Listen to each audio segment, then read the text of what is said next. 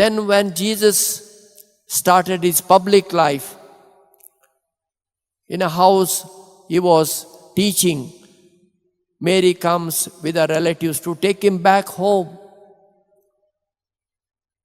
She is there. Probably she must have attended Jesus' teaching.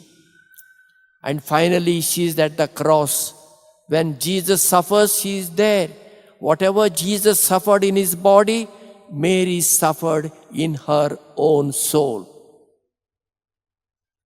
She remained faithful to Jesus till the end. She is the first disciple of Jesus. She is a good model for us.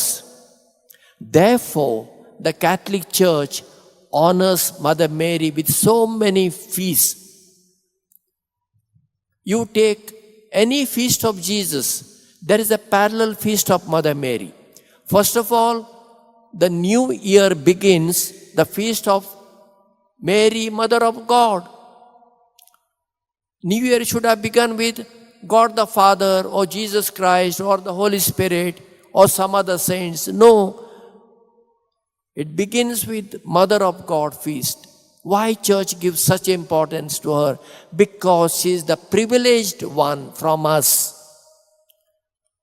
There is Christmas on 25th of December, day of obligation for us. And there is Nativity of Mary on the 8th of September, popular known elsewhere, Montifest.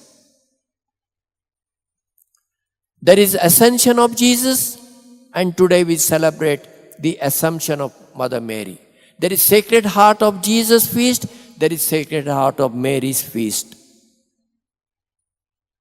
And so many other feasts of Mother Mary.